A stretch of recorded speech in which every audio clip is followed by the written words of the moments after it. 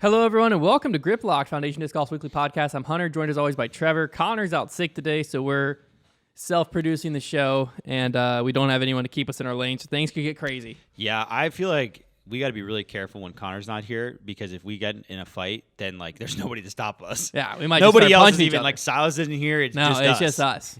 Oh man, You know what's funny though is back in the very early days when it was just you and I.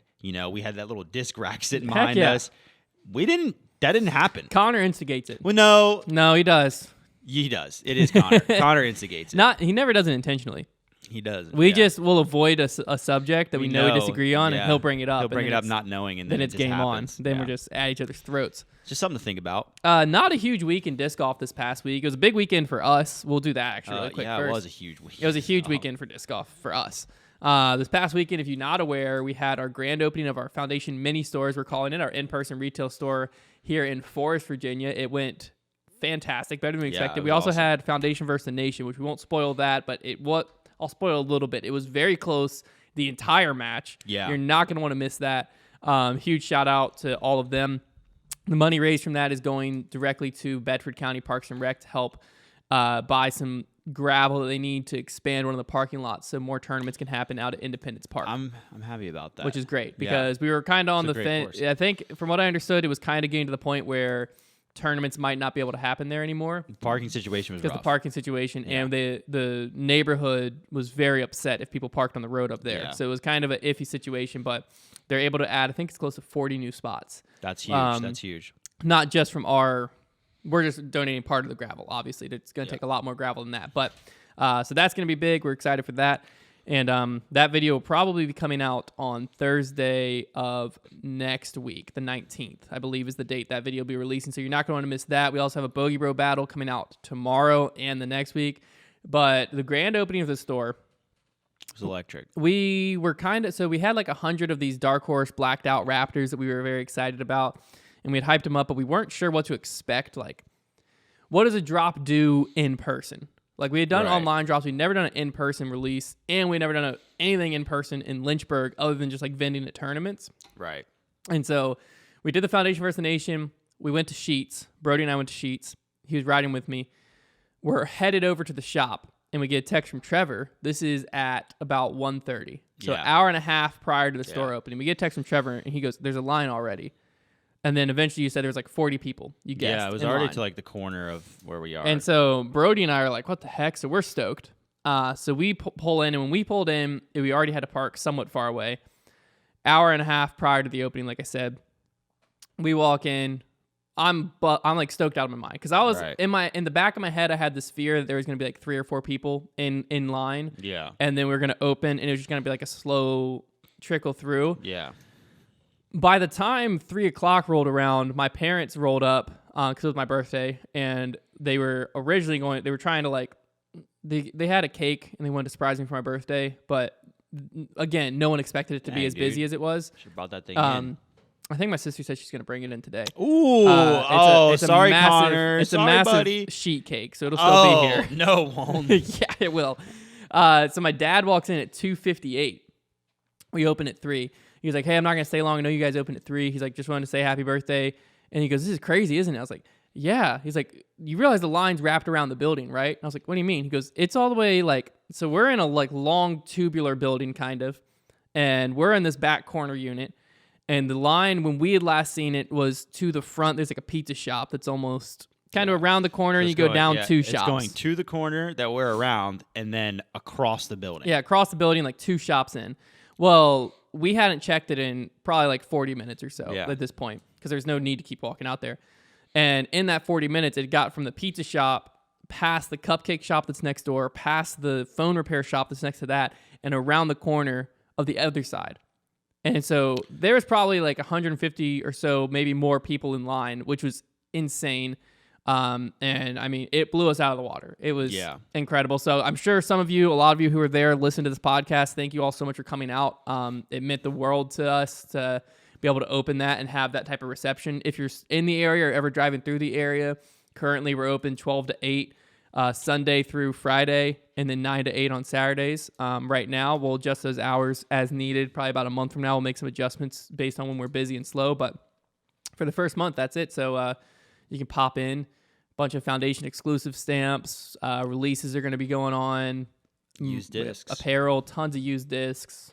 We have about 1,500 discs in stock in there, not including the used discs. So, yeah, I mean, I was blown away. I still can't get over this weekend. I think it went better than any of us ever could have expected, and that was all thanks to y'all. So, huge shout out to all of you for coming out and supporting us. Hopefully, you all had a good time, and if you're ever driving through the area, we'd love for you to stop by and say what's up. So, we also this weekend, something Brody reached out to me a little bit ago, and Ezra's brother, Judah Aderhold, had been doing this for a while. He's actually on Instagram at Disc Golf Illustrated. I didn't know this had been going on. He'd been making these world rankings for quite some time now. And his is like heavily mathematically based. Well, I mean, let me just read you the formula so you can understand when I say like well above what I understand. Right. Well, there's like a decay theory involved. Well, there's two. There's a bunch of. So the initial points formula. The formula for the points each rating gives someone when they beat them is y equals. What is this? 111,32180. I think that's in millions. Plus, and then in parentheses, 0.5340068 minus 111,32810 divided by 1 plus x divided by 1201.756 raised to the power of 92.87543. X equals the rating of the player you beat. Y equals the point you receive from beating that player. Now what? So, exactly. That's when I look at that, I'm like, because Brody had pitched this to me as a world rankings that you can easily follow or know what's going to happen. So I was very excited for this, and I have no idea what's going on. No idea. There's also a decay formula, the time decay factor, closely after the time decay factor for the ball golf world rankings. It's a little more fluid. So each week, there's no decay for 13 weeks. And each week after that, it loses 1.1% each week. So then he created a new one, though. That was the golf one, his new formula, and then he puts a bunch of numbers. So the results shown below. So you can read all of that. It's on fdnsports.com. It's our main one. And then he also has a tier factor for BA, Pro Tour /NT, which NTs no longer exist. So Elite Series event, non-Worlds Major, and then Worlds, so that they're all weighted. And so he explains all of this to get to this new world rankings, which is actually drastically different. Well, not drastically. We'll go with drastically. Different from any current world rankings out there. And it's, again, like a continual power struggle of what's the best world ranking, right? And to be honest with you, this one's the one we're going to keep posting on fdnsports.com. This is the one we'll refer to a lot. We're going to kind of continue to use all of them until there's one that we're like 100% confident in. I think that the best world ranking currently is still what we talked about, the Disc Golf Universe ranking, which just you combine all of them. I think that's the best bet, because this one, as we'll read through the top 10 or we'll just kind of go down the list a little bit. He also only doing it for. URL is still up. Somebody had that URL for a second there. Which one? Somebody like made the site. At one point. I guess they have a new. Well, if you're listening and you made that website, I'm sure you are listening. Then I guess you better. Yeah, new one to factor in. I guess you better update it. Also, this one currently is only for MPO, just because that's what he was kind of doing this for fun on his own, and he said he put hundreds of hours into developing the math formula that goes into it. And so he said, basically, if this one gets popular enough, he'll spend the same amount of time and energy to create the FPO one, but he doesn't have it right now. That's the beauty of our world rankings, the universe rankings, because we take all of the math that's already been created from every single system and just average it. Yeah. So we have more math than anybody. And plus, we can explain the math really simply. And it took us hundreds of seconds. A plus B plus C divided by 3 equals universe ranking. Something to think about. I mean, 5th grader knows that math. Yeah. So that's the Pythagorean theory. Pythagorean theorem. A squared plus B squared equals C squared. Yep. That's it. I've used that every day in life. So this one, it's the one that's going to be on our site. I want to be like, this is the world ranking. This is 100% accurate. This is what... Can't, though. I can't, though. And I'll tell you why. So let's just go through the top 10. And Brody, I know you're listening to this, and I know that you are probably upset that I'm saying I can't call this the official world ranking. He can't agree with some of these. But I can't. I know he wants to. He wants to. Everything in Brody wants to agree 100% with these, and he wants me to promote it as 100% There's at least one the right thing in there but that's criminal. There's several things in here. Let me pull up UDisc alongside you. So here, I'll just read the top 10 to start. We have number 1, Ricky Wysocki, no argument. Number 2, Paul Macbeth, no argument. Number 3, Calvin Heimberg. 4, Chris Dickerson, first argument. Number 5, James Conrad. Yes. Question mark there. For reference, he's 14th on UDisc. Number 6, Kevin Jones. Number 7, argument number 2, Kyle Klein. For reference, he's 10th. Tough one. Now, I don't even know if I put him in top 10 right now. Yeah. I think the issue that both of these have is not enough recency bias. It's so difficult, isn't it? You have to find the fine line of you don't want too much recency bias where someone wins the last tournament, they go number 1 in the world, but you want enough that if someone is really struggling, they're not in the top 10. Here's where it's difficult, is you don't want a random player.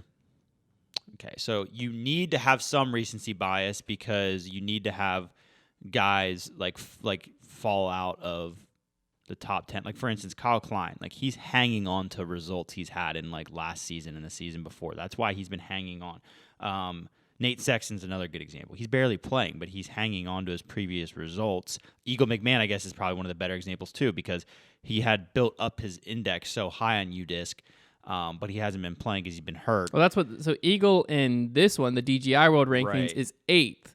But it's a tough thing, too, because, like, what do you do with an injured player in world rankings in general? What do other sports do with injured players? I think it's a similar thing where they just slowly slide.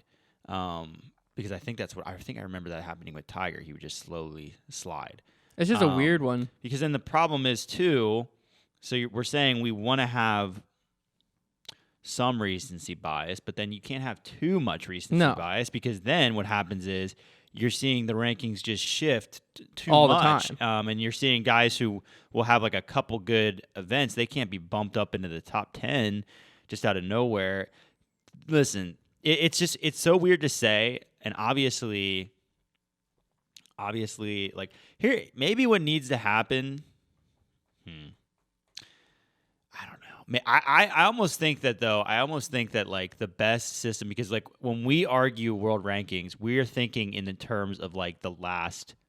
We are thinking recent. Like when we say how is James Conrad in 5th, right? We are thinking recently. That's why, and I'm not saying recently like the last 2 weeks. I'm saying we're thinking recently like the whole season, right? Yeah. That's how we're thinking. I think when anybody argues for the world rankings, the reason they're arguing over like the course of this season, that is how they argue. Nobody thinks world rankings and is thinking over a 3-year plot, right? Nobody's doing that. So in my mind, why is the world rankings not only factoring in the last, I don't know, 15 weeks or so of like 6 months or 15 events or whatever? Like, because that really the world rankings is not meant to be. The world rankings, in my mind, is meant to capture right now the world rankings at this moment. Exactly. This is the world rankings. Correct. This isn't the world rankings of the last 10 years combined. Like, let's make a top list of, like that'd be like that's like the NBA 75. Right. Greatest. That's what I was thinking. Like that'd be like me saying, let me make the top 100 players of the last 5 years, and that's the world rankings. No, the world rankings is let's take what's happening right now and throw it down. And right now, for example. If I'm looking at the UDisc one, or I guess yours would be better. Right now, James Conrad is clearly not the 5th best player in the world. Gannon Buhr is a top 10 player in the world. Right, and right now, Gannon Buhr should be top 10. Like, what's he on UDisc? He's 9th. Okay, so good. On ours, this one, he's 13th. So but Gannon Buhr is a top 10 player. Right, and like this, it was hurting. Garrett Buhr. Gerthy is 19th in this. For instance, this like even UDisc was hurting Brody for a while because Brody was like, until the last event, he had to do that to bump up to where it's a little more accurate. He's in 50th now, and I think that's at least fair. Yeah, that's close. But he was like in 70. He was like in 78th in his largest finish. Like most of his finishes were like top 40, top 30, and it's like it just wasn't capturing what's happening right now. And I think that's what's weird about world rankings to me is like people are consuming disc golf like as a current event. So if you have world rankings that reflect very recent events, I don't think people are going to get mad about that. As long as it's not like the last 3 events, like I don't have a problem backtracking it to like, for me, I think the sweet spot would be like I think like 6 months. Yeah, let's take the entirety of this season because now that we have enough, and like let's take a little bit of the end of last season, and I think that's a good picture of what we're looking at in disc golf. And I think by the end of this season, I don't know why we need to be going back another season, because like that's not the current world rankings. Like that's like what happened last year and this year. Like I don't know. That's a weird one. And I don't know. World rankings are not like the other thing is we do place too much emphasis on world rankings a lot of times, because at the end of the day, I think that becoming world number 1 is a big deal. Like speaking out, and the thing is, it's so weird in disc golf because there's been so few players that have been world number 1. So like it's not, but like in golf, it shuffles around a good bit because it's very hard. It has since the Tiger era, we'll say that. But it's so hard to stay world number 1. You know, I'm sure like Jason Day was a world number 1 at some point. Dustin Johnson, Colin Morikawa. Like it's in the last few years, it's shifted around a ton. And getting that world number 1 is a big deal. But then I don't know. In disc golf, we talk about it a lot, and I don't really think that world rankings, they're fun, but like how much do they matter? Now, and I'll say this. Well, I think they're great talking points of like they help statistics. Like they're because fun what you want to be able to say is, we'll just use Brody. We just used him again. You want to be able to say the 40 right now he's 46th on this. The 46th best player in the world just came in third. Yeah, that's true. It's where it gets skewed is like UDisc. When Brody came in third, he was like 68th in the world. I think he was higher than that. I think he moved up to 68. I think he jumped up 20 spots. Maybe. There's 20-some spots. It should have the mover on there. Unless it updated past that. I think was there a tournament this weekend? Yeah, Goat Hill so happened he this moved weekend. up 2 more. But I could have sworn it was in the 20s. Regardless, let's just say 70th. Brody's not actually the 70th player in the world. Right. So when you say a 70th player finished third, it skews what's actually going on because that's not accurate. Right. And so that's where and like that, like if we're using those stats in the sense of it being a current stat, then the world rankings need to also reflect the current ecosystem of the disc golf like competition. Yes. Right. Like that's the whole idea. Is like that's what I'm saying. Is like if you want to go back far enough, sure. Like I like the time decay on the one that Judah's put together here. And Judah's, if you look at it as a broad world ranking and you don't get nitpicky, very good.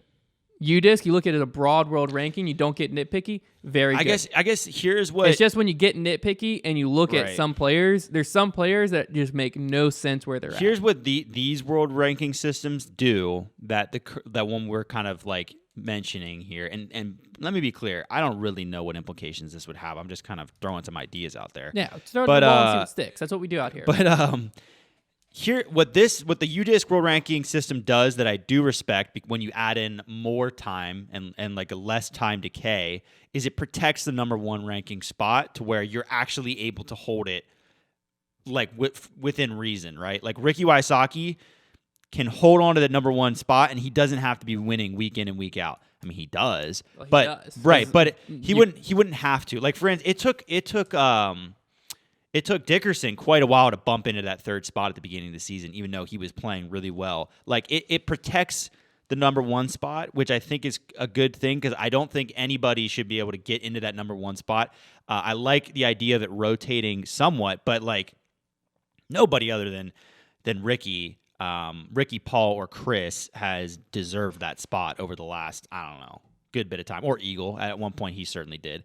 So I guess that's where the tricky balance is, right? Like I want a more current event or more current rankings that's like reflecting what's happening now.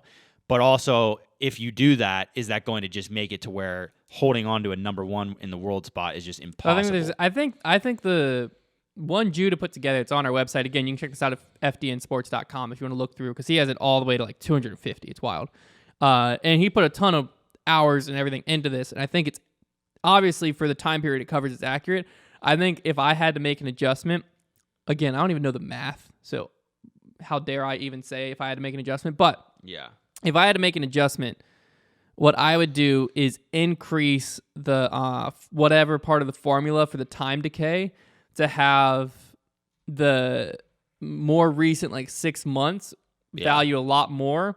And then like once you get past like a year, really start dropping off. So it's still factored in, but nowhere near as much. So like if you played really, really good a year ago and really, really bad today, you're still going to be able to like benefit a little bit from that year ago. Yeah. But you're not going to be sneaking into the top 10 or something like that. I've got the world golf rankings. This is a list of, I believe this was created in quite a while ago. Not like ancient times, like not like the beginning of golf any while. Okay, first position was in 1986. Only 25 players since 86 have had the world number 1 ranking in golf. And the list basically has who had like the longest streaks. Tiger Woods, and this is a big reason why there's only 25 people on the list, is because Tiger Woods had world number 1 for 683 weeks. Greg Norman. That's like 10 years. That's over 10 years. Greg Norman had it for 331 weeks. Dustin Johnson, so now we get past the Tiger era and the Greg Norman era there. Dustin Johnson had it for 139 weeks. Rory had it for 106 weeks. Nick Faldo had it for 97 weeks. That's back a little bit. But then you have, Adam Scott only had it for 11 weeks. Justin Thomas had it for 5 weeks at one point. Scotty Scheffler has it right now. He's had it for 7 weeks. But the point is, in the golf one, I just kind of was curious to see how theirs works a little more. You definitely are able to hold on to a number 1 spot. Should be factored heavily. This was heavily influenced by the golf, right? The math and stuff behind it. This one in the world golf rankings here, you are definitely able to hold on to a number 1 spot for a significant amount of time. Well, maybe what it is like you just need to factor in because the problem is the difference. The in tough the part is the Pro weird. Tour points should be like kind of what we're asking about of like super recency. Yeah. But not everyone's playing all the Pro Tour. So right. it's hard, like the Pro Tour rankings points wise, until all the drops and everything happen where like we get past that 8th event and stuff starts dropping. It's hard to like really use that as an accurate tell either because we'll talk about it here in a second, but like we're not going to see Dickerson until July. So like he's obviously going to drop down the Pro Tour ranking. I guess where it gets weird let's too. do this. Where it gets weird too though is because UDisc is doing the compare thing. That's where it gets real fishy because like right now, Gannon Burr, you can look if you want, but I'm sure Gannon Burr has taken Kyle Klein's lunch money this year. Like I think Gannon Burr's been top 15 at every event he's played. A lot of times top 10. He, according to UDisc, has a 51.3% chance to beat Kyle Klein. Surely it's really higher than that. Look at. Well, I'm gonna just open both of them next to each other. Kyle Klein, and I can probably find a better example because like Hammes is another one who's very close to a guy like Gannon Burr, and like I bet he's crushing him this year. So that's where it gets weird. Is like you have the UDisc rankings who are basically giving you a ranking system with a lot more longevity factored in, but then your like big selling point is this player comparison thing, and that is a very recent statistic. Like you're basically saying tomorrow Gannon Burr has a just over a 50% chance of beating a guy that I think he's probably beaten like 100% of the time this year. Mm-mm. Is it a lot less than I think? I might have to find a different example. I'm sure there's one in here. I'm counting up right now. Okay. Right now we're 2-2. So. Well, that's surprising. I'll have to find a different one then, because I know there's got to be at least one outlier in here. The silence is probably killing people at home, but I'm trying to look this through. Is Kyle Klein is having a better season than we think he is? Because Gannon Burr, like, has he not? Like, I feel like he's been like top 10. Like, no, he had some 25, 24. Oh, so he Gannon had two Burr weekends that were bad. Gannon Burr is 1, 2, 3, 4, and 2 against Kyle Klein. Okay, so not the best example. Well, it's still better than the 50%, right? I guess what I'm trying to say though is like because that's more 4 out of 6 tournaments is 4 divided by 6. 67% chance. Yeah. Based on how it's actually shaken down. So, what I 20% variety. It's interesting that they're tied. The UDisc World Rankings are tied very directly to a statistic that like is very recent. Is very recent. When their rankings, have we ever found out how far back their rankings go? I think we did at one point. It doesn't really say it. I thought. I'm sure it does, right? I don't think so. Here we go. Learn how world rankings work on the UDisc. No, because it's just like if you don't play it, it drops you out. But I've never. Oh. Because theirs is very based on who you beat week in and week out, but your dominance factor seems like they even put in there, like if Nate Doss came back, his dominance factor would have him in the top whatever. Right. Which is just crazy. Yeah, I mean, I don't know. Let's do this. We're going to call this the Foundation Gut. The Gut World Rankings. We're going to call it the that's what I was saying. Okay, so this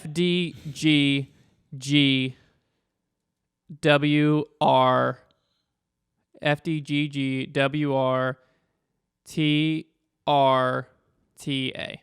This is what I was saying to Hunter earlier is like everybody fights over these world rankings, but I bet you right now we could just say a world rankings that we just like believe in with no stats tied to it, and people would probably agree with it more than some of the ones that are coming out. So, and that's where it's like, FDGGWRTRTA stands for Foundation Disc Golf Gut World Rankings that ruled them all. And we're just going top 10 MPO. Yeah, and so like Ricky's one. Ricky. For sure. I agree with that. We need to agree on all these, but I think we will. I think Dickerson is 2. I would agree there. I think Paul is 3. Yes. I'm not going to just crush him. And then Heimberg 4. And then Heimberg. So far, we're all in agreement. This is where things get fishy because where are we putting Eagle on this ranking? I think that's where we need to decide. We could just put an asterisk. Eagle McMahon's ruled out. Because I mean, he's probably not coming back this year. Yeah, I'd have to say. If we put Eagle in there, Eagle has to be 5. Right? Like there's no way around that. Yeah. Let's go ahead and put him in the 5 spot. Let's just keep him there for now. Let's forget all about that. And I think this is where it starts getting tricky. Because now you consider the bunch of like Matteo in 6th is an interesting one. He's had a good season. Yes, he has. And he I think he's been good enough for that spot. Where does he compare? I definitely think. I think you have to start going like because where does he compare? I was going to make an argument for Drew Gibson, but he's went 30th, 20th, 26th at the last 2. Yeah, and then Kevin Jones has come on strong, but he had a slow start. He had a slow start. Wow, he had a really slow start. Yeah, like remember you were saying he was. That's what I'm saying. Because even until he had that third, like can we put Kevin Jones in 10th? Yeah. Has James Conrad had a sneaky good season, and we just feel like he hasn't? Are we crazy this whole time? We could be. What if we just Gannon Burr's season is so good. He had 2 bad weekends in Texas, and his bad weekends were 25th and 24th, but he went 2nd, 25th, 24th. Then he went 7th, 4th, 5th, 5th, 10th. Conrad's went 23rd, 12th, 4th, 11th, 15th, 10th. I'll be darned if in the current Gannon events, Burr, where do you want to put him? I would put him right after Matteo. So you're going to go Matteo 6, Gannon Burr 7? Yeah. And then Drew Gibson.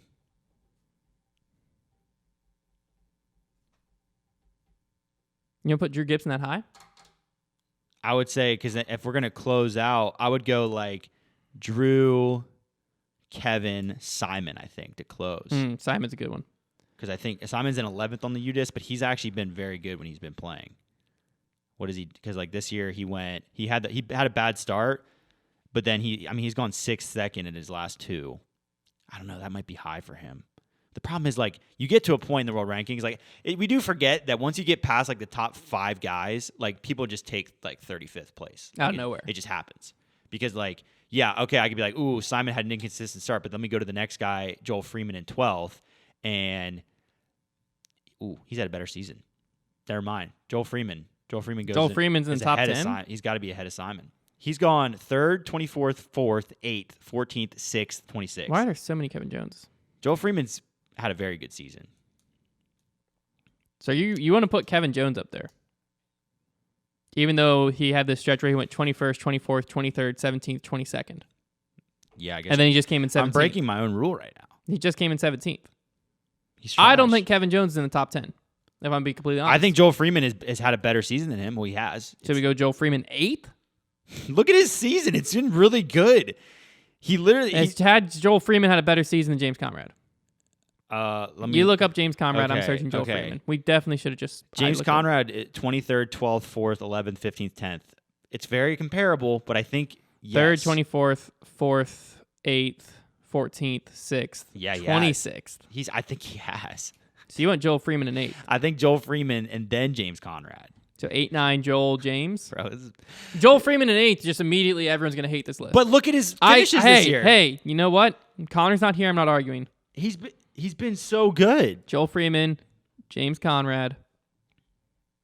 I guess what we're Who's learning 10? is if you really want to make an agreeable world rankings, you just put in names that everybody knows. That's true. And You know what? Let's just put Greg Barsby in 10. Because everybody thinks that Scratch this. Foundation gut ranking will go Ricky 1, Chris 2, Paul 3, Calvin 4, Eagle 5, in 7th, James Conrad, Double G, Avery Jenkins, Greg Barsby, Steve Rico. That's so funny. And we'll finish it out with Barry Schultz. You know what is? Well, we don't have a 10th place to be real though. Okay, you know who's our 10th? Since we have Joel Freeman, James Conrad, Drew Gibson, Simon Lazard. Wait, Drew's not on there yet? No. Yeah, put Drew on there. Put Drew in 10th. He's kind of sucked recently. No, he's been okay. Right, Put Drew in there. Drew Since NBA did their 75, I think we should do one.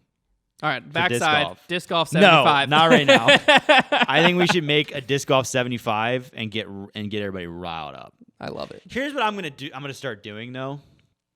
And if you're listening to this, just ignore this, or just go along with the joke. I'm gonna start making lists in disc golf and like posts and whatever, like a disc golf top 75 of all time list. And I'm gonna start making new Twitter accounts to post them that look just official enough that you might believe that it was created by somebody important, not me.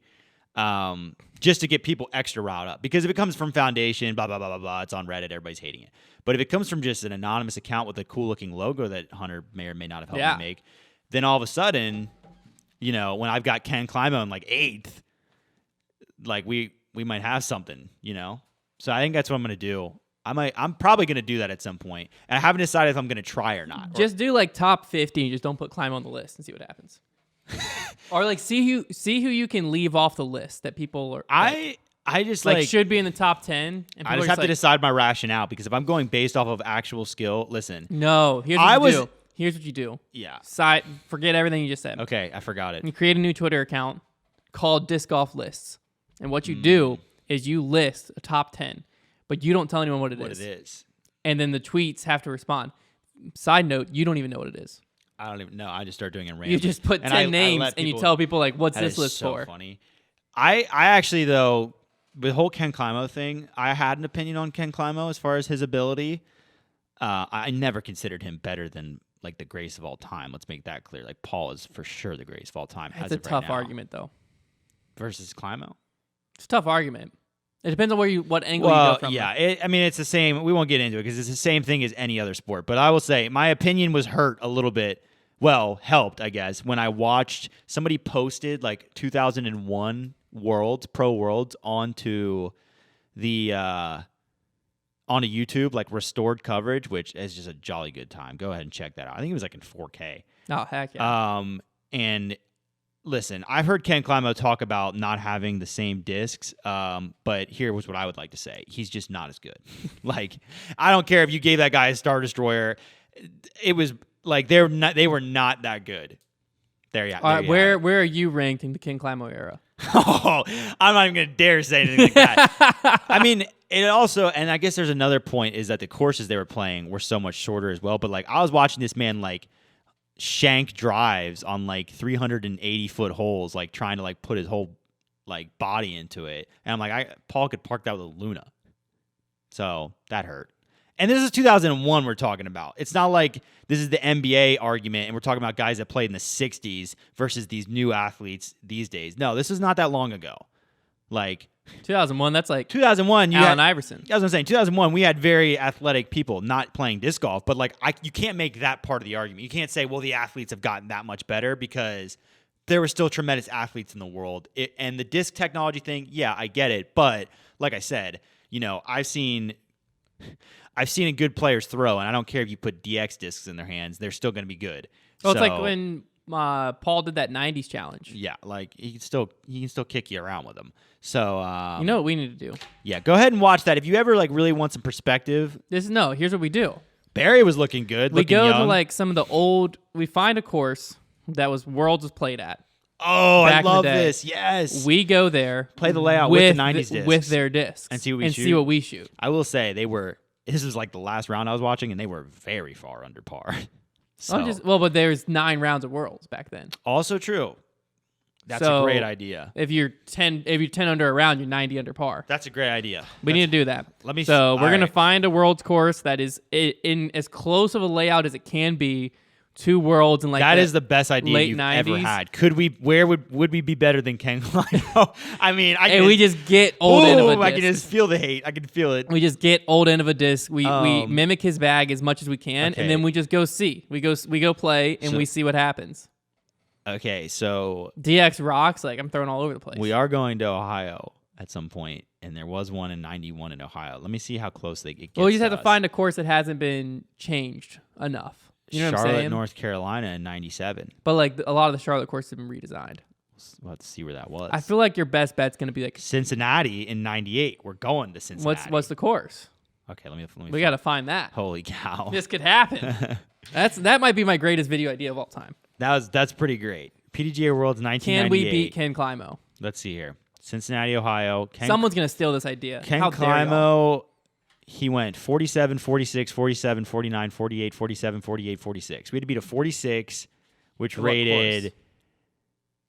Don't worry about rating. Oh, there's different courses for sure. Yeah, what course, though? Let me see if it says on the... I don't know if it... It's not telling me even when I hold down on the thing. I might have to look further. Yeah, might be a little farther investigation needed. 1998. Schedule and results. Yeah. Is this what I want? This isn't going to help me. No. We can find it, surely. 1998 Disc Golf World Championship. It's got to be an article or something. Scott Stokely came in second. We take Scott Stokely back to the course, and we play him. Yeah. Other than that, footage. They were in Texas like all the time. They went to Port Arthur, Texas 2 years in a row. Okay, here's history of the Greater Cincinnati Disc Golf Federation. Oh, there was a world. This is 05. That's a little too late. I was going to say there was also a Worlds in Augusta in 06 that Climo won. So, but those courses have been changed so much. Which course was it? Was it WR? I mean, that's changed a lot, yeah. Gosh, what were the courses? We're going to find it. Well, in any case. If you know the courses, comment. We're gonna find it. If you know the one from the Charlotte one in '97, or the Cincinnati one in '90, yeah, or the Augusta one in 06, but I think that's getting that'd be very fascinating. We need to contact this Kerry. We got to figure out though, because like we got to figure out when he got like certain discs, because like at certain points in Ken Climo's illustrious career, he was throwing like... Well, we should. 98, we got to be able... Like, the T-Bird came out before That's what I'm saying. Like, at some point, we're going to have T-Birds and stuff, and then, Kenny, you better watch your back. Like, as you give us, like, Firebirds and Wraiths and stuff, like, what are you going to do? Because, like, that's the thing in 01... The date of approval was 99. He did not have a T-Bird yet. But, like, this... I was watching the 01 World, so this man had a T-Bird. Yeah. Was it in DX, though? When did Champ Plastic date of approval, 99. Right, so, but that's the mold.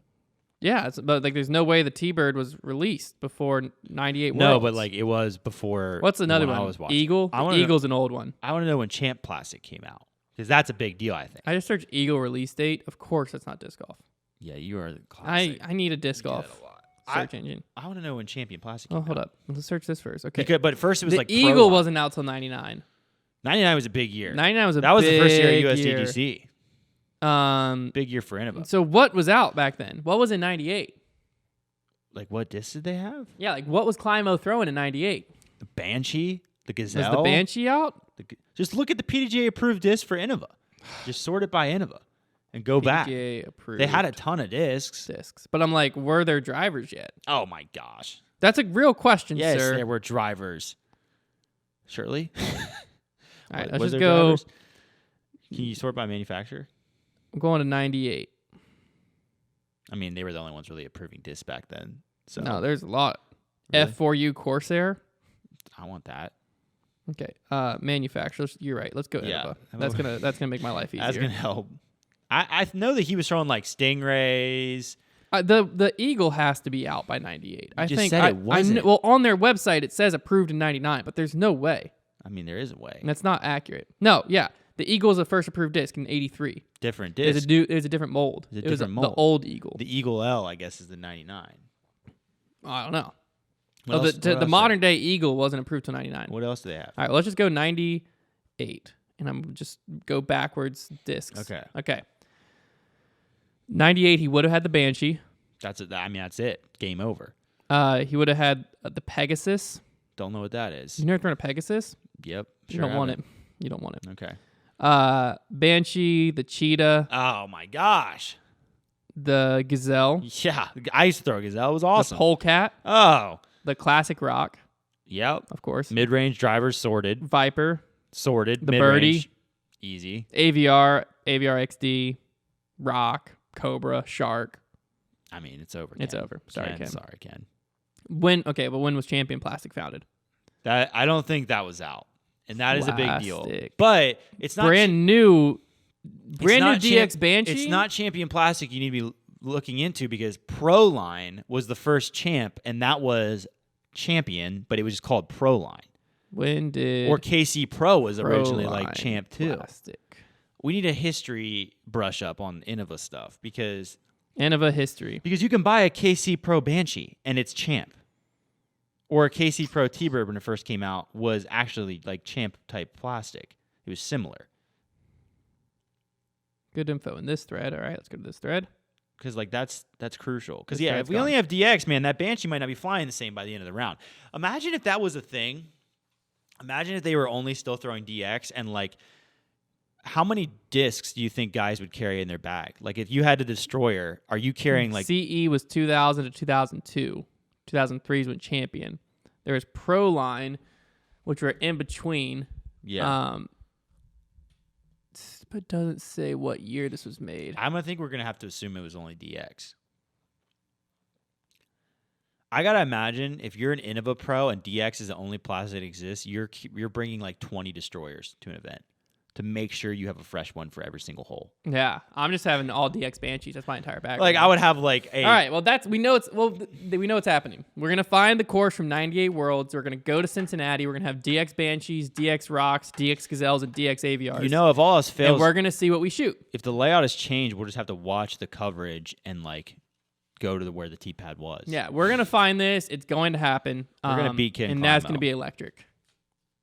And we're going to get the outfits, too. Well, I can tell you that it's got to be a harder course than Peaks View, and I can't regularly shoot a 46 Peaks View. So, I mean, we're talking, we got to shoot 9 under to par 3s. I think we got to find, like, the cotton polos and wear, like, the cargo shorts, too, because, like, that's part of the disadvantage they have. That's true. They're weighed down. Yeah.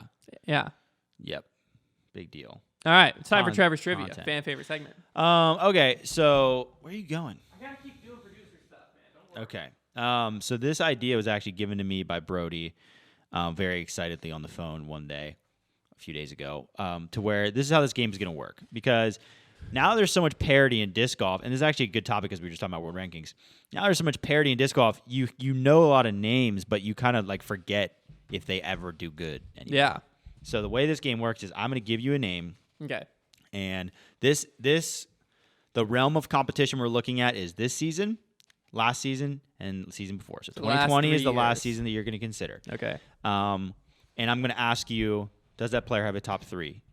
Does that player have any top 5s? Does that player have any? And if you keep saying no, I'll keep going, and I'll get to top 10s. It'll be the last one. Okay. And whenever you say, you can say no for all 3. And whenever you say yes, then I'm going to have you guess how many for the second point. Okay. So the first player is Greg Barsby. We're going back to 2020. Yes. Okay. So top 3s. Does he have any top 3s?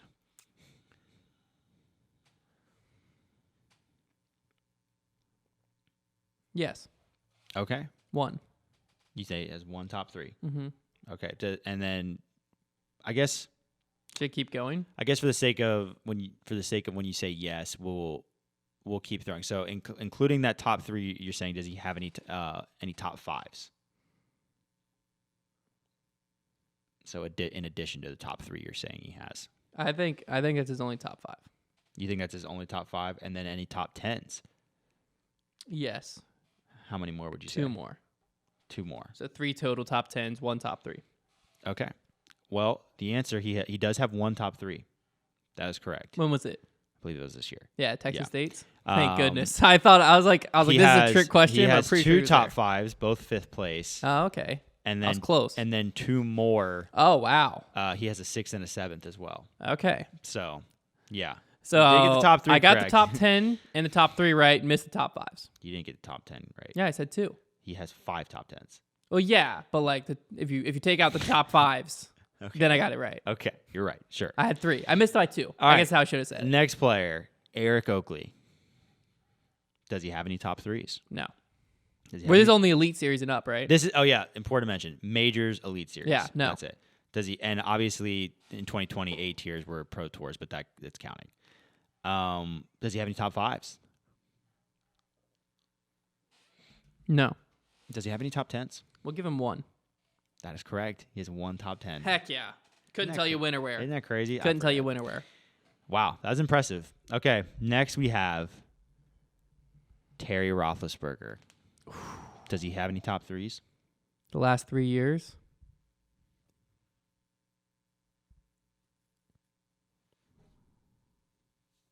No. Does he have any top 5s? Yes, 1. 1. Does he have any top 10s? Just the top 5. He has no top 5s. Dang it. He has 2 10th place finishes, Ah! and that is Was it. one at D-Glow? I think so. I knew he did really good at D-Glow one year. I couldn't remember how good that was. Just 10th. Dang it. Next player, Philo Brathwaite. Does he have any top 3s? We're going no across the board. That is incorrect. Dang it. He has a 5th, a 10th, and a 9th. Okay, I wow. believe they all came in 2020. Okay. Dang. Next player, Zach Melton. Does he have any top 3s? Does he have any top 5s? Also no. Does he have any top 10s? He might have snuck up there at DDO one year. Or USDGC. We'll go 1. None. So no across the board? None across the board. All Makes right, sense. Last player. This is a tougher one. Big Germ. Oh. Does he have any top 3s? In the last 3 years, so 2020.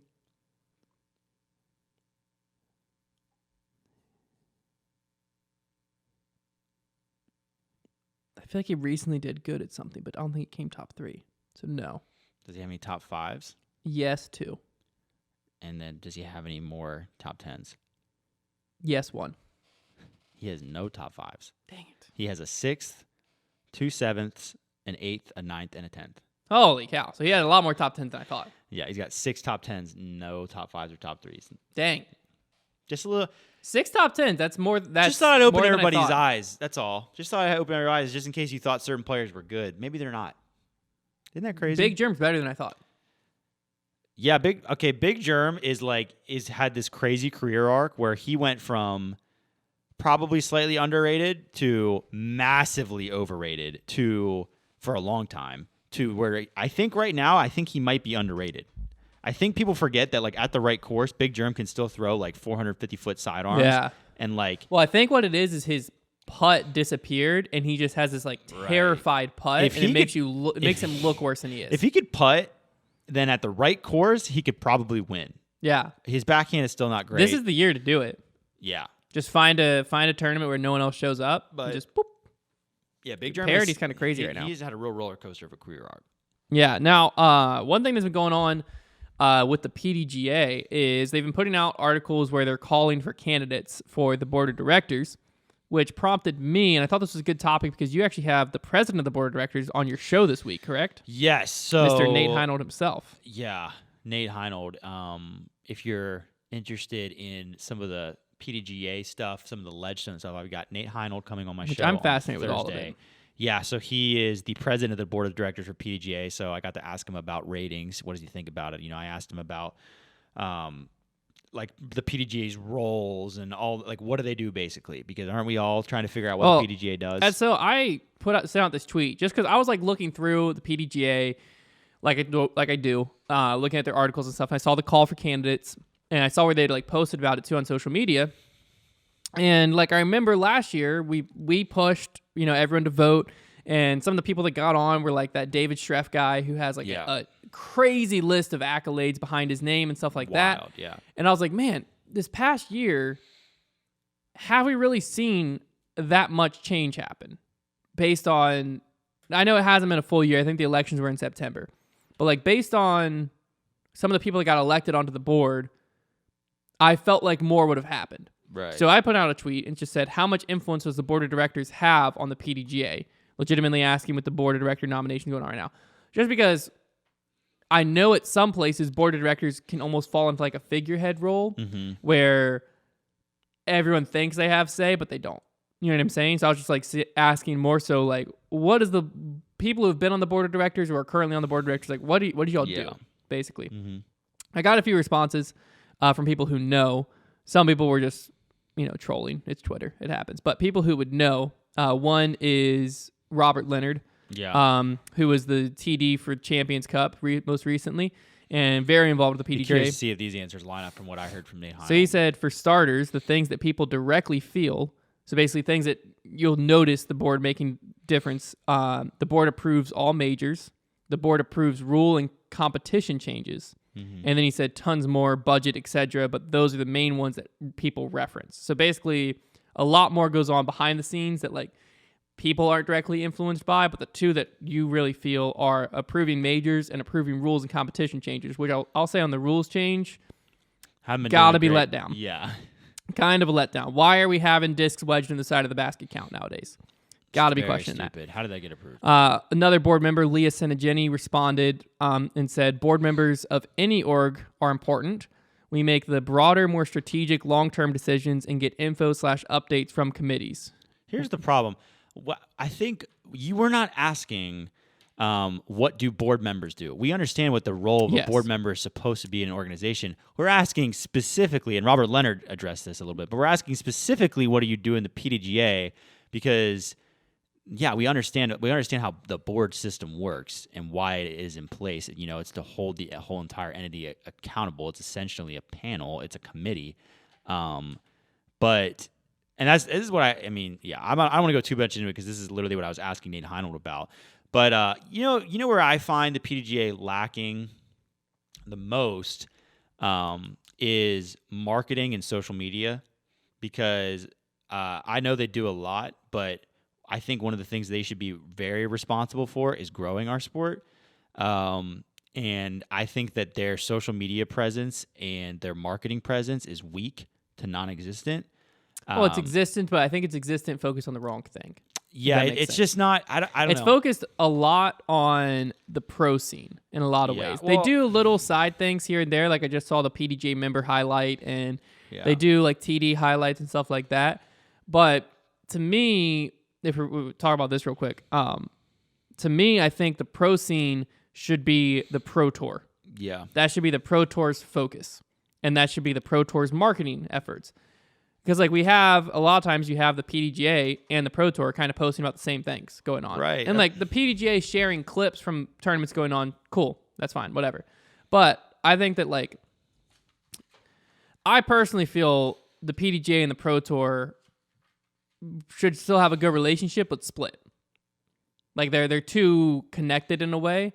Because like I think that the Pro Tour just needs the rules from the PDGA, but then if they split and they basically just said we're using PDGA rules in addition to Pro Tour rules, it would give them so much freedom. This is really hard for me because I've heard all this stuff straight from the PDGA president's mouth. Well, this is all from my mouth, so you'll have to hear what the PDGA thinks in response to all of me. There's a lot directly related to this. But regardless, so this is perfect. But regardless, because I think when it comes to social media, a lot of what the PDGA puts out and stuff is regarding the pro scene. And to your point, I think there could be a lot done advertising-wise and promotion-wise that helps. This is where it impacts me, right? Because PDGA is supposed to be like pretty much the biggest entity in disc golf. Well, right? they are. That's what I'm saying. So they have all these members. They've got big budget. In relative to disc golf, they are supposed to be the big dogs, right? And then like I'll be watching disc golf coverage and I'll see a commercial come on for the PDGA and it stinks, or I'll be seeing a social media post they do and I'm like, it's it doesn't stand out. So I guess when I think about it, like that's where it hits me a lot. It's because that's like a very visual thing, and like social media is such a big deal these days as an organization, and you see all these other entities, like the Pro Tour puts a lot of they're at least, regardless of the product they create, they are trying very hard at social media and with like the commercials and whatever else they do. So I think that's where I get rubbed the wrong way with the PDGA. Well, the tough part with social media, because this is something we've dealt with as a company that focuses a ton on social media. The tough part is the majority of social media and what works on social media targets a demographic that disc golf isn't. If that makes sense. Right. I guess what I want to see is the PDGA running Facebook ads to just any random person. That's what that's what I want to see them running well-designed social media ads to an audience outside of disc golf. Well, I'm saying I think that's where the disconnect is a little bit, is like TikTok, for instance. The majority of content that gets made on TikTok, disc golfers, and we've felt this, the main disc, like if you share the TikTok stuff you make to Instagram, most of the comments you get are like, this is the stupidest thing I've ever seen. Right. But it plays very well on TikTok because TikTok is teenagers, young college, people like that who are going to be crucial for the farthering growth of disc golf. I think and this might be what you're getting at. I think you just have to accept the lane, right? Like we did. We were like, we accept that this is what the TikTok audience is. We're just going to put out what fits with TikTok, and then we might just gain new fans because of that instead of trying to force something to conform. Well, I think that's what in ways like disc golf seems to be creating a lot of Facebook content. Right. And using Facebook content on all social media platforms. Where like Facebook content markets directly to disc golfers. Like the majority of disc golf demographic are the same demographic that loves Facebook, which is like your older, mid 40 to 60, 30 to 50 range people, right? That's Facebook. And then if you take that audience or that content you're creating and try to use it on Twitter and Instagram and TikTok, you just feel out of touch, which is kind of what's happening. Right. So then our age consumes that same content on Instagram or on Twitter, or I don't even know if the PDGA has a TikTok, but in disc golf in general, that's kind of what a lot of companies are doing on social media, and you go onto TikTok, Instagram, or whatever, and you're like, that didn't hit. And that's the thing, too, because like when you are on TikTok and you're scrolling through there, and you're the younger generation, and you see a corporate company make a successful attempt on TikTok doing something like Duolingo is a big example. Them. Or like there's a lot of... Toys R Us is coming back. A lot of... Jeffrey the Giraffe's been dancing all over my TikTok. A lot of pro sports teams do it really well, but like when you see that, it is like, you love it. Like you're like, that is so cool that like this corporate... Scrub Daddy. Yeah, right? Like and it's so easy. It's so easy. Just get one guy... Well, that's the thing, is... making good TikTok content it's imitation. It's very easy because it's imitation. And you just apply it. The issue is if you're not regularly consuming TikTok, it feels like the dumbest thing you'll ever do.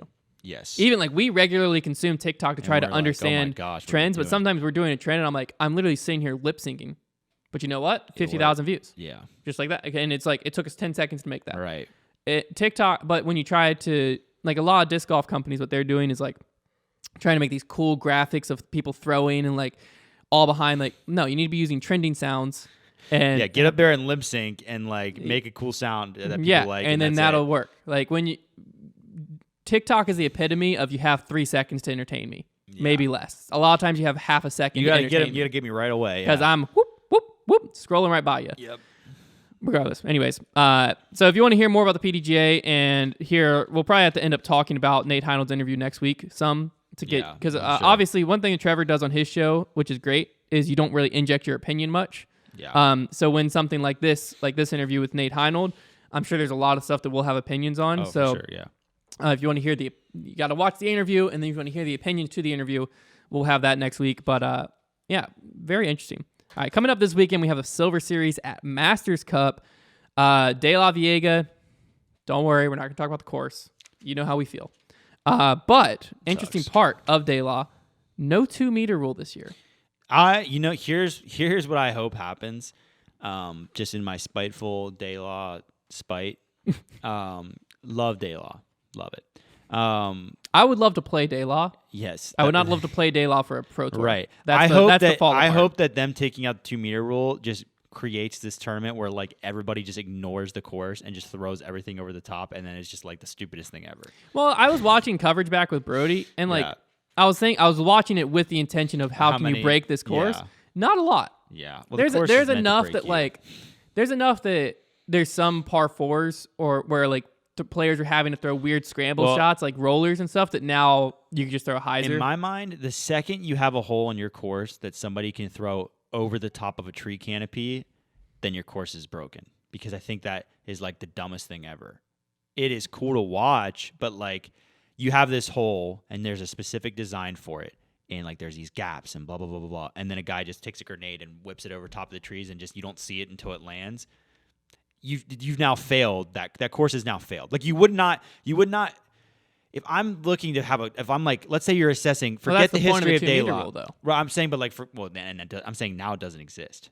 So like that is the problem we might have. Because like imagine let's get rid of the history of Daylaw. You walk out to a course and you're like, yeah, there's 16 good holes, but there's 2 where literally everybody's just going to throw grenades over the top of it. You're not using it. I'm really, really interested. I'm really, really interested to. If you could wipe people's memory, they're not playing. That's what I'm saying. I'm interested on debate night tomorrow night to hear Brody. Yeah. Because Brody has no history with Daylaw. Yeah. No recollection. It just doesn't stack up with the courses on tour. I just want to hear like someone who has now been on tour, never played Daylaw, been on tour for like 2 years now.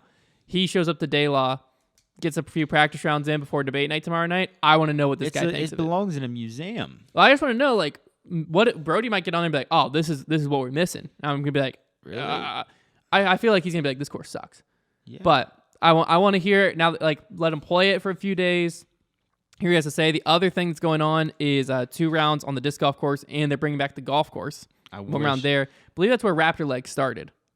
Pretty sure 2016 Daylaw. He hit that massive putt. I really wish they went 2 courses there, 1 at Daylaw. That would be like a nice little ode. But I understand that's not never gonna happen, decent MPO field, but we're missing Heimberg and Dickerson. Oh wow! So very notable though. Dickerson still isn't going out west. We're not going to see him till July. Yeah, like it's May 9th. We're not going to see. Did you find his Instagram post? No, I didn't. But we're not going to see Chris Dickerson for 2 months. Yeah, 2 full months. Let me get the full gist of what he wrote, because his next tournament on the Pro Tour scene that he's registered for is Idlewild. Yeah, which is wild. It's Idlewild to me. It is Idlewild to you. Yeah. Yeah. He's basically saying we already drove out there once. Doesn't make sense to do it again. It's a long. Like he drives. He said, the West Coast swing used to be unreachable for me financially. Thanks to an amazing sponsor, it's not an issue anymore. Absolutely can afford to go to West Coast. However, my goal is to play the long game with disc golf. I want to be doing this for years to come, and I want to give my body and mind time to rest. So essentially, he's taking this as like it's not quite mid-season yet, but mid-season hiatus to just kind of like cool down. And he's basically saying how, he only needs 8 Elite Series events for points for the Pro Tour. He's going to do 9 without the West Coast. And he just, I guess he just wants a refresh. Yeah, I respect it. But as a fan of the sport, I hate it. Yeah, it's such a weird one. I get it. Take the time off. Do what you need to do. As a fan, I'm ticked. Here's why this is so much of a big deal in disc golf, and it's because the field is still not as strong as it could be because of this, and it's the nature of disc golf, right? To where like a guy like Dickerson is at a tournament, like he's just expected to almost win every time. Yeah. Because like in golf, the tour is so much bigger. There's so many more names out there that I really just punched myself. Nice. That if a guy takes a week off, you might not even notice it because there's a bunch of guys to kind of take his place in notoriety. But Chris Dickerson, when those top 5 guys still have such a chokehold on the rest of the field, when one of them's gone, you almost feel like the legitimacy of the next guy's win is taken out of consideration to some extent. To some degree. Well, look, for a Silver Series, you won't really feel it because it's a Silver Series. It is what it is. For the main Pro Tour events, that's where it's weird. But I like nothing against Chris Dickerson because like, you gotta do what you gotta do. You're such a baller that you can only play 9 events and you're getting into the Pro Tour finale and whatever, like, go for it. Go for it. Like that's awesome. And I respect wanting to take that time off with your family. Like that. Nothing against Chris Dickerson. It's just as a fan, it leaves a weird feel. I want to see him. Right, yeah. Because I felt the same way after Drew Gibson won and then left the tour for like 2 events straight. I was like, what the heck? And I was like, well, there it kind of goes that storyline. Like Drew Gibson, fresh off of a win, disappears. And you know what? As a result, Drew Gibson lost traction in I feel like in disc golf fans' brains. Yeah, because he came back, he won, and that wasn't a storyline really anymore. Yeah. FPO is also a wounded field, no Paige, Val, or Kristen. So it's a silver series again. So it's just like a typical silver series where like Kat's there, Paul and Ricky are there. So Kat's there, and she's it's Kat versus the world. Yeah. Must win? Pretty much. Yeah, I feel like more like a can't lose. A can't lose. I agree. That is a can't lose. This isn't a must win. Yes, it's a can't lose. Yeah, I agree. 100%. I agree. But this is just silver series. You know what I mean? Like the fields aren't going to be as strong. Some key players are there. A lot of key players missing. I think we can put this on our radar. We need to put this on everybody's radar of like somebody wild might win this type of event. Exactly. Because like De La is weird, so we might have like Greg Barsby just win. Yeah. You know? And the final thing to talk about is because I feel like we haven't really talked about this much at all. The disc golf match play. Yeah, is coming up. Sneaking up on us. Beginning of June? Middle of June, I think. Middle of June? I believe there's 4 events prior to it. 2 actual Pro Tours and 2 Silver Series. We have Beaver State, OTB Open, Masters Cup, and Portland Open. I believe are all before it. Yeah, they're kind of catching the swing. So there's basically just 2 main Pro Tours. But the top 16 MPO and FPO are going to be invited. So I wanted to really quick... see if they actually all go this year. You know? That's true. See what ends up happening. I do want to look. What it seemed like last year is a lot of players didn't go because it was kind of out of the way, and it was like they were going to be paid it almost seemed like to some players like they could go out there and spend this money to travel and whatever, and then like if they lose in the first round, like the money wouldn't be worth it. Yeah. So I'd be curious to know. I don't know if they've announced anything yet, but I'm curious to see what the purse is this year. So as of right now, kind of the bubble, which will be interesting. Like Chris Dickerson, will he go to the match play? It's in Colorado. Yeah. So yeah. If he's, I don't know. But the bubble, if everyone is going that's invited, Eagle McMahon probably won't as well. Eagle's not in the top 16, so it doesn't even matter. In points, yeah. Where is Eagle? He hasn't really... Is he just not on there? What is going on? He should be pretty high. That's what I'm thinking, right? Yeah, he has finished like top 5, I think. Did Eagle just like drop out of the Pro Tour? Is he in there? Is this the rankings page? This is the points page. What? Okay, we have Ricky, Chris, Calvin, Gannon, Paul, James, Joel, Kevin, Nico, Emerson, Drew, Thomas, Luke, Kyle, Mason, Matteo, Chris, Clemens, Corey Ellis, like Ezra, already be there. Aaron Gossage, Casey White, Simon, Alden Harris, Jeremy Colling, Greg Barsby, Go to Gavin. his UDIS profile and see, does it have like his points? There's Eagle, 44th. Okay. Wow. Okay. Weird. I didn't realize he was that low. How has he... What did he play this year? He's played Las Vegas Champions Cup and then DNF to Jonesboro. Oh. We've only seen Eagle twice this year? I thought he played more. Okay. Here's the thing about disc golf. Eagles went 21st, 14th. I think we messed up. Eagle can't be 5th. Can't be 5th. Well, I mean, the reason he hasn't played, though, is due to injury. It's true. So, never mind. Forget everything. Forget everything you said. Okay, so back to rankings. No, standings where I want to be. Standings. Back to standings. All right. Top 16. Top 16. So basically, we're just going to look at the bubble really quick. So MPO and FPO? As far as what I saw, yeah. That's new. I look it up really quick. Double check me. Look at this. This is my bracket from last year. Oh, this is only the men's. Look it up really quick while I go over MPO. We know for sure the MPO bracket last year was less. Like I remember. I think there was 8 last year for FPO. But double check it. It looked like it was 16. Okay. I'm gonna go wiggle my mouse. Okay. You talk to him. Here's the thing about the match play. It's kind of like the All-Star weekend to where like I want to be excited for it. I love match play. I still wish. I don't know. I wish that is the match play going to count for actual points? No. I wish for fun. It's like an exhibition match. See, so that as soon as you do that, as soon as you make it for fun, I no longer care. It's for fun and cash. And I no longer care.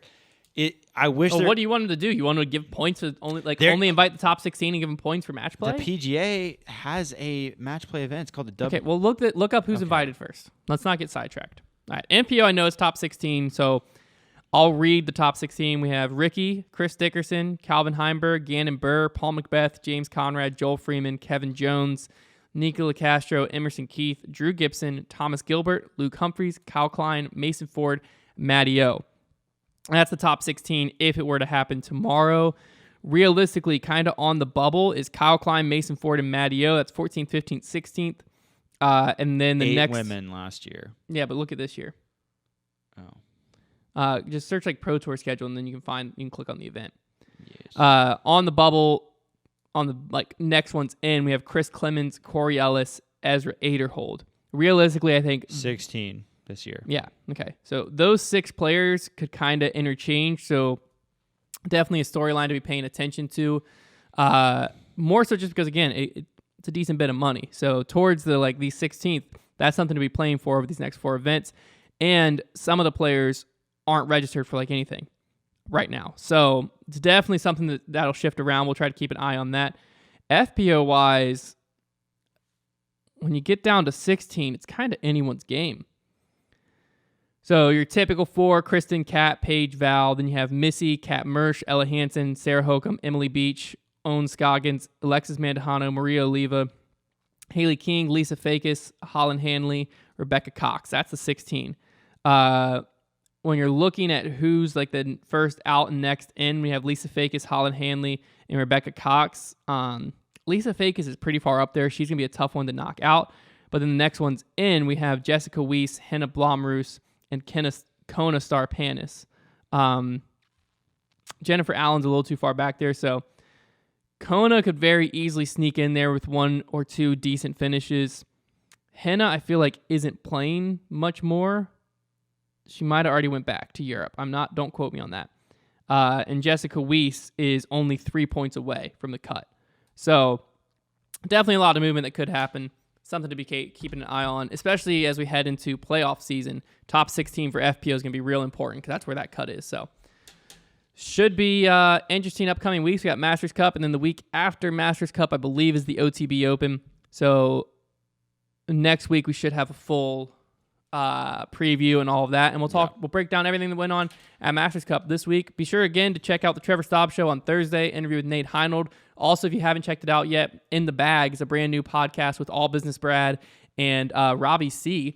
It's actually a pretty fun podcast, and first episode's doing very well. Very different than anything else. Yeah, we do, no real overlap there. Yeah. Be sure to check out Debate Night tomorrow night as well. And if you're in the area, we'd love to see you in the store. We're open 12 to 8 and then 9 to 8 on Saturdays. So appreciate you, and we'll talk to you all next week. No preview show this week.